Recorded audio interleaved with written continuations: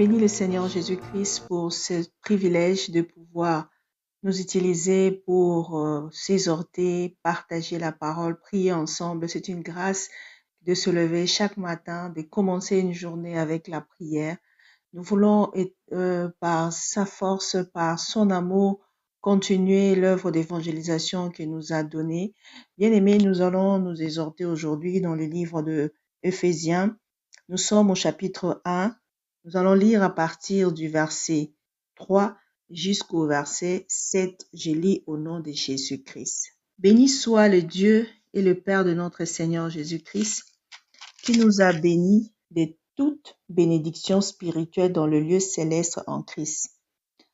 En lui, Dieu a élu avant la fondation du monde pour que nous soyons saints et irréprochables devant lui. Il nous a prédestinés dans son amour à être ses enfants d'adoption par Jésus-Christ, selon le bon plaisir de sa volonté, pour célébrer la gloire de sa grâce dont il nous a favorisés dans le bien-aimé. En lui, nous avons la rédemption par son sang, le pardon de péché, selon la richesse de sa grâce. Bien-aimés, nous devons rendre grâce à Dieu, qui dans son amour a voulu que nous puissions avoir part à l'héritage de saints. Bien-aimés, Dieu par sa grâce nous a envoyé la lumière qui est Jésus-Christ pour que Jésus-Christ puisse nous éclairer, afin de nous délivrer des puissances des ténèbres.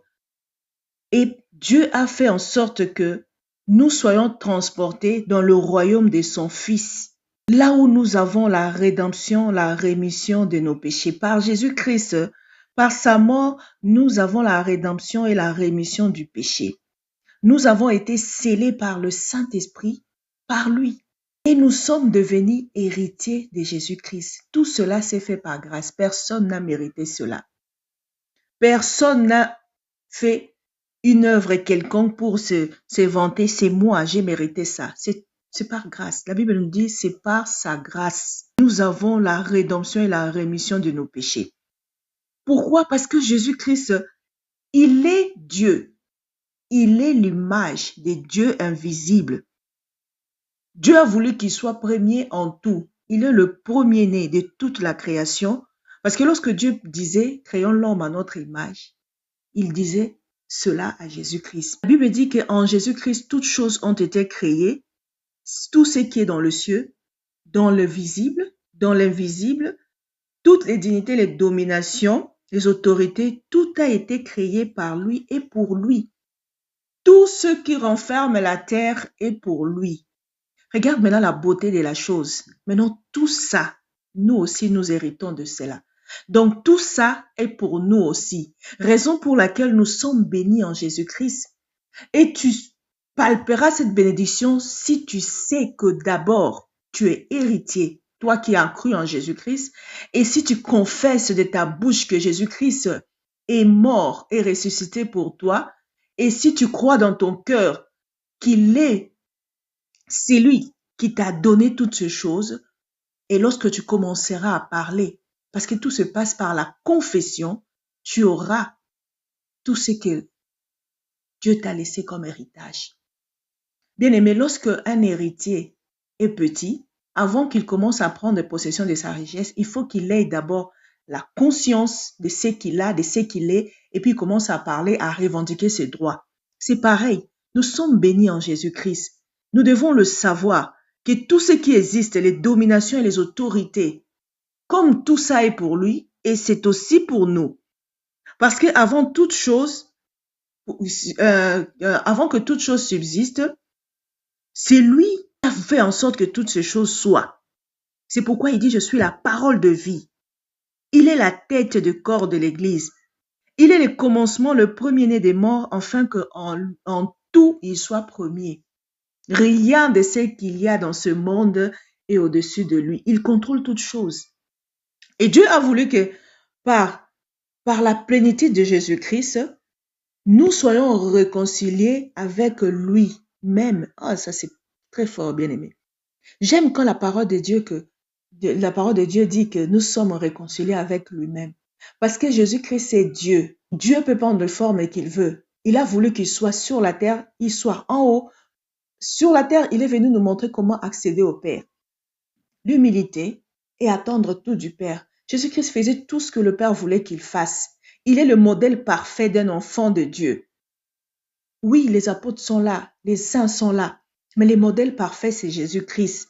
C'est pourquoi la Bible nous dit dans Colossiens 1, 20, il a voulu par lui réconcilier tout avec lui-même, tant que ce qui est sur la terre, que ce qui est dans les cieux, en faisant la paix par lui, par le sang de sa croix. Bien-aimés, Dieu a réconcilié nos vies avec lui-même à la croix, parce que la Bible dit Jésus-Christ et Dieu était à la croix réconciliant le monde avec lui-même. Donc Dieu nous a tellement aimés, il n'a pas voulu le mérite de quelqu'un. Il nous a tout donné par la grâce. Il s'est fait chair, il est venu habiter avec nous. Nous l'avons appelé Emmanuel. Et il nous a tous sauvés. Et il nous a donné l'héritage de la rédemption, de la rémission du péché, en nous scellant de son esprit. Nous sommes devenus héritiers avec le Christ. C'est que nous n'avons même pas mérité et nous le mériterons jamais. C'est pourquoi la justice de Dieu, c'est pas la justice des hommes. La justice de Dieu, tu as ce que tu ne mérites pas. On t'a fait justice, mais on t'a attrapé en flagrant délit d'adultère. Au lieu qu'on te pende, on te donne une seconde chance de se repentir et de vivre dans la sainteté. Mais la justice des hommes, on t'attrape, on te tue, œil pour œil, dent pour dent. Mais la justice, c'est Dieu. Tout est grâce. Cet amour-là, si tu le comprends, tu arrêtes de pécher. Parce que Dieu ne nous a pas condamnés pour que nous continuions à pécher, comme d'aucuns peuvent dire, bon, comme le péché a abondé, que la grâce de Dieu a surabondé, péchons, péchons, péchons, parce que nous sommes libres de pécher et Dieu aura pitié de nous. Non, nous sommes enfants de Dieu. Si nous avons connu la souffrance de Jésus-Christ, nous arrêtons de pécher parce que nous avons vu cet amour inconditionnel, cet amour qui nous a donné part à l'héritage de Jésus-Christ, cet amour qui nous a réconciliés avec le Père.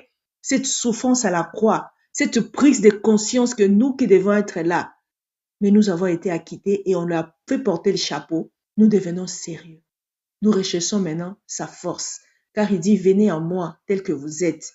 Viens en moi, sorcier que tu es, occultiste, magicien, impudique, voleur. Et c'est lui qui va te donner la force de marcher dans la sainteté. C'est pourquoi dans cet héritage qu'il nous a laissé, il nous a laissé aussi le Saint-Esprit. Pour que le Saint-Esprit scellé en nous, la Bible dit, nous avons les entrailles de l'Esprit. Donc, il voulait qu'il vive en nous pour que nous soyons forts. C'est pourquoi aujourd'hui, la tentation viendra, mais le Seigneur a donné le moyen d'en sortir. Et personne ne sera tenté au-delà de ses efforts. Mettons cela dans notre conscience et sachons que nous sommes bénis avec Jésus-Christ et que peu importe les circonstances et les temps, commençons à prendre possession de notre part. Commençons à demander. La Bible dit qui par ses soucis peut ajouter une coudée à sa vie. Au lieu de se soucier de ce que sera ton lendemain, demande à Dieu ce que sera ton lendemain car il connaît toutes choses. Demande à Dieu chaque jour. Il veut d'ailleurs qu'il puisse nous donner la portion de chaque jour. Chaque jour, lorsque je me réveille le matin, je dis Seigneur, quelle est la portion d'aujourd'hui? Et il te fera voir des surprises. Tu auras des choses que tu n'as pas sémées. Tu habiteras des maisons que tu n'as pas construites.